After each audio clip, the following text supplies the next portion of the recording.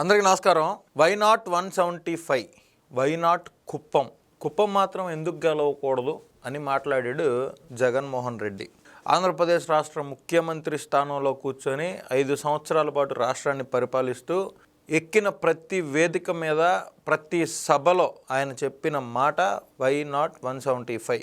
175కి 175 ఎందుకు రాకూడదు అంటున్నా అని మాట్లాడిన వ్యక్తి జగన్మోహన్ రెడ్డి. దీంతోపాటు YSR Congress party social media మొత్తం 175కి 175 అనేది విపరీతంగా ప్రమోట్ చేసింది. దాని ఫలితం ఏంటంటే గవర్నెన్స్ మీద కనీస అవగాహన లేకుండా, ఏ శాఖ మంత్రి ఏం చేయాలో కనీసం తెలియకుండా, అసలు ప్రభుత్వాన్ని 5 సంవత్సరాలు పరిపాలించడం అంటే ఏంటో తెలియకుండా, పరిపాలన అనే దాని మీద కనీస జ్ఞానం లేకుండా రాష్ట్రాన్ని 5 సంవత్సరాల విధ్వంసం తర్వాత ప్రజలు ఇచ్చిన మ్యాండేట్ 11.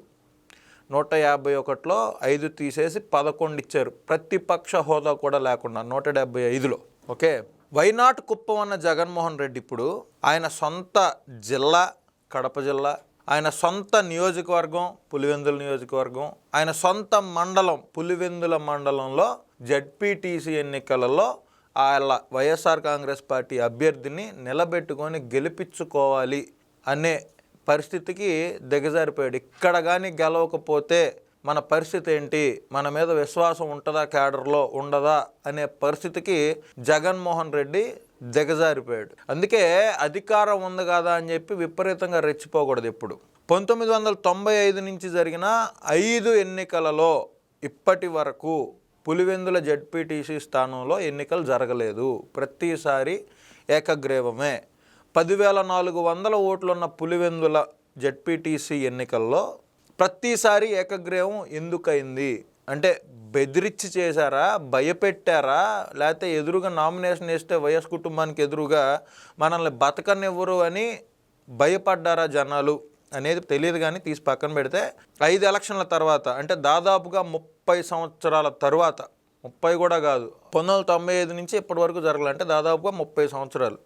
30 సంవత్సరాల నుంచి జరిగిన జడ్పీటీసీ ఎన్నిక ఇప్పుడు బీటెక్ రవి గారి వైఫ్ తెలుగుదేశం పార్టీ అభ్యర్థిగా, వైఎస్ఆర్ కాంగ్రెస్ పార్టీకి ఇంకొక అభ్యర్థి, కాంగ్రెస్ పార్టీకి ఇంకొక అభ్యర్థి, ఇలాగ మొత్తం ఆఖరికి వైఎస్ వివేకానంద రెడ్డి గారి హత్యలో నిందితుడిగా ఉన్నవాళ్ళు కూడా ఆ జడ్పీటీసీ ఎన్నికల్లో నామినేషన్ వేయటం జరిగింది. 11 మంది అభ్యర్థులు అయ్యారు చివరికి. వైనాట్ 175 అన్న మనుషులేమో అవినాష్ రెడ్డి దగ్గర నుంచి వైఎస్ఆర్ కాంగ్రెస్ పార్టీలో సీనియర్ మోస్ట్ నాయకులందరూ ఆ ఉన్న 20 గ్రామాలలో అదే పనిగా ప్రచారం చేస్తా అన్నారు.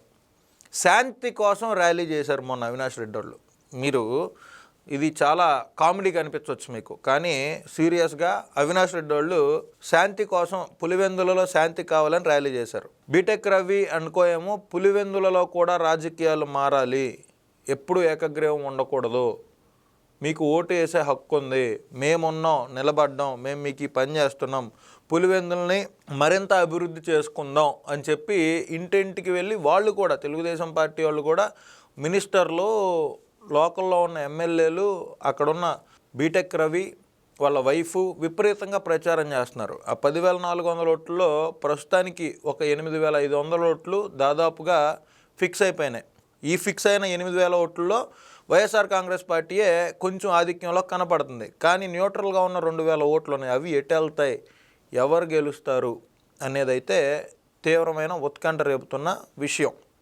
ఈ సందర్భంలో వైఎస్ సునీతారెడ్డి గారు నిన్న వివేకానంద రెడ్డి గారి పుట్టినరోజును పురస్కరించుకొని ఆయన సమాధి దగ్గరికి వెళ్ళి ప్రార్థనలు చేసి అదే పులివెందుల్లో ప్రెస్ మీట్లో చెప్తూ, ఈ ఎలక్షన్లో ఓడిపోతే అవినాష్ రెడ్డి రాజకీయంగా పతనం అయిపోవటం గ్యారంటీ, మా నాన్న చంపింది అవినాష్ రెడ్డి అనుకో, వీళ్ళందరూ బయట తిరుగుతున్నారు, మేము చిన్నపిల్లోడు అనుకున్న అవినాష్ రెడ్డి ఇంత దారుణానికి ఒడిగాడతాడని నేను కళ్ళలో కూడా ఊహించలేదు, ఇప్పటికీ వాడు చిన్నపిల్లోళ్ళలాగా తిరిగేదే నా కళ్ళల్లో మెదులుతుంది అని చెప్పి వైఎస్ జగన్మోహన్ రెడ్డి, వైఎస్ అవినాష్ రెడ్డిలు, వైఎస్ వివేకానంద రెడ్డి గారి శవాన్ని పక్కన పెట్టుకొని ఏదైతే బీటెక్ రవి గారి మీద, సతీష్ రెడ్డి మీద, అదేవిధంగా ఆదినారాయణ రెడ్డి గారు ముగ్గురు కలిసి ఈ హత్యలో భాగం పంచుకున్నారని చెప్పి ఒక లెటర్ రాసి తీసుకొచ్చి సంతకం పెట్టమంటే నేను పెట్టలేదు, నేను అప్పుడు ఏది గ్రహించలేకపోయాను, నారాసుర రక్త చరిత్రను రాస్తే నిజమే అనుకున్నాను, కానీ తర్వాత సిబిఐ ఎంక్వైరీ వాళ్ళు వస్తే సిబిఐ పోలీస్ ఆఫీసర్లను ఎంత ఇబ్బంది పెట్టారో దగ్గర నుంచి చూశాను. ఇదంతా మా అన్నకి తెలిసే జరిగింది.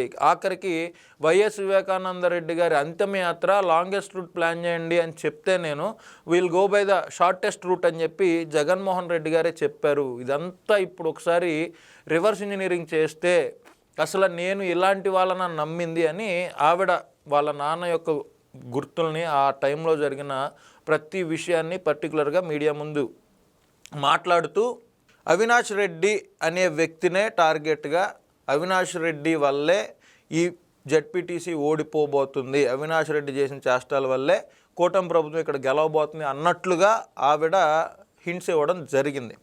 ఇదే సందర్భంలో ఆదినారాయణ రెడ్డి ఎవరైతే ఎమ్మెల్యేగా ఉన్నారో జంబులమడుక్కి ఎవరి మీద అయితే వైఎస్ జగన్మోహన్ రెడ్డి అండుకో వివేకానంద రెడ్డి గారి హత్య యొక్క పేరుని ఆయనకు రుద్దాలని చూశారో ఆయనే నిన్న వివేకానంద రెడ్డి గారి ఇంటికి వెళ్ళి వైఎస్ సునీత గారితో ఆవిడ భర్తతోటి కాసేపు కూర్చొని ఇప్పుడు నిజాలు తెలుసుకుంది సునీత, అవసరమైతే జెడ్పీటీసీ ఎన్నికలో ఆవిడ కూడా ప్రచారం చేయొచ్చు అని చెప్పడం జరిగింది.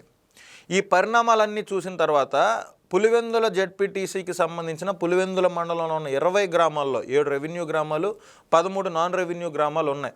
ఈ గ్రామాల్లో కూడా వైఎస్ఆర్ కాంగ్రెస్ పార్టీ తరఫున ఉన్న ఎంపీటీసీలు ఎంపీపీలు కొంతమంది తెలుగుదేశం పార్టీ తీర్థం పుచ్చుకున్నారు. వీళ్ళల్లో ఓబుల్ రెడ్డి అనే వ్యక్తికి చంద్రబాబు నాయుడు గారే కండువ వేసి ఆహ్వానించడం జరిగింది మొన్న కడప పర్యటనలో భాగంగా.